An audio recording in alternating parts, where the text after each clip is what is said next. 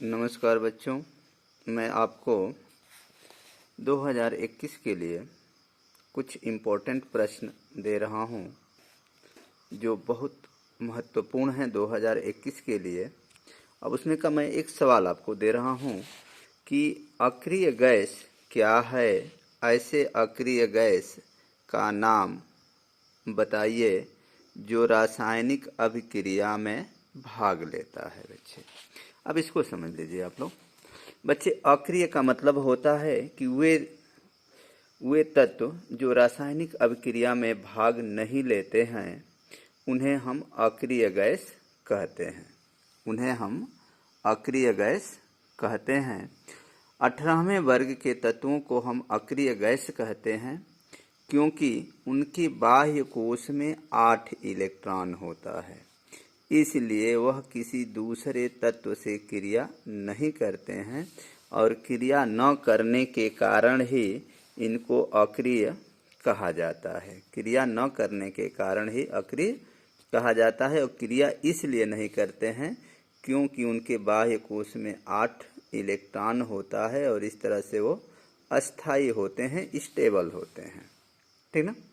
और ये 18वें वर्ग के तत्व होते हैं हीलियम, नियान, आर्गन, क्रिप्टॉन और जीनान, JXE।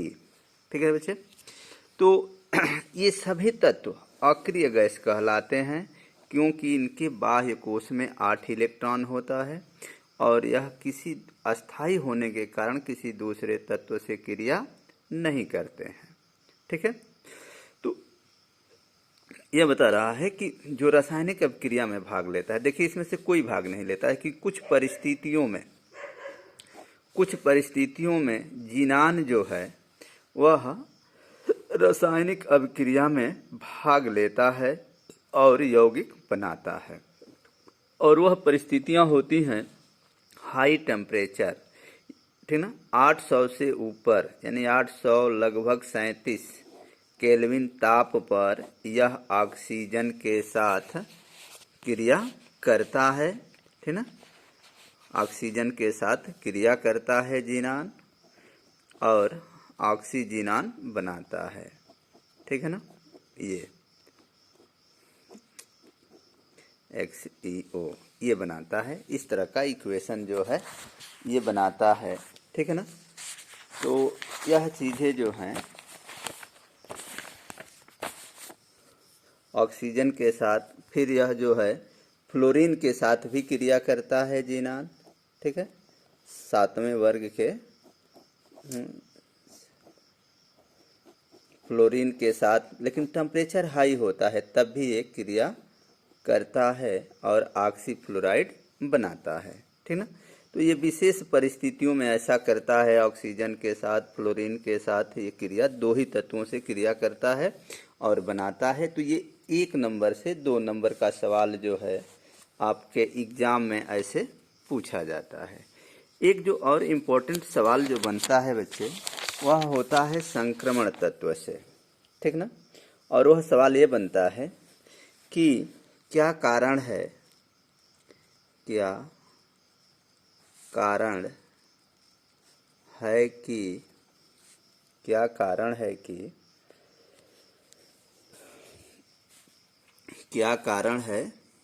कि देखिए स्कैंडियम और जिंक Zn, ठीक ना, ये डी ब्लॉक के तत्व होते हैं। डी ब्लॉक के तत्व होते हैं, फिर भी स्कैंडियम संक्रमण तत्व है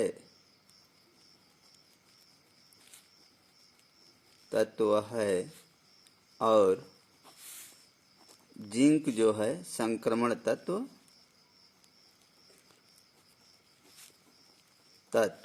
नहीं है। ठीक ना। ये प्रश्न बनता है बच्चे ऐसे।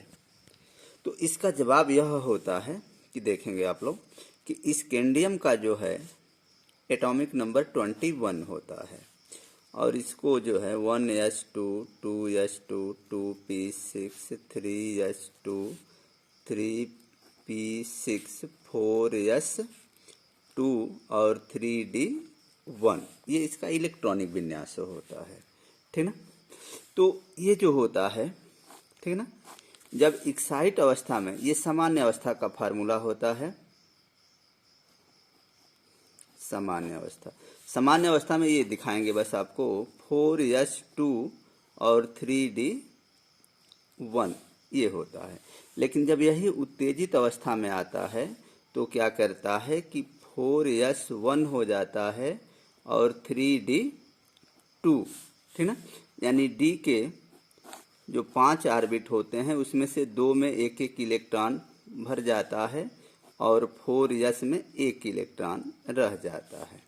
तो 1 और 2 और 1 3, इस तरह से यह जो है परिवर्तित संयोजकता प्रदर्शित करता है स्कैंडियम, इसलिए इसे हम संक्रमण तत्व कहते हैं।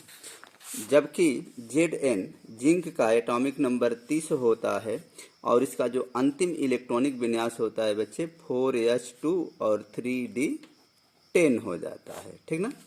अर्थात इसमें जो है 4s2 में 2 इलेक्ट्रॉन और D में भी जो है सब में पूर्ण 3 4 5, ठीक ना, 10 इलेक्ट्रॉन है, तो यह पूर्ण भरा होता है, युग्मित हो जाते हैं।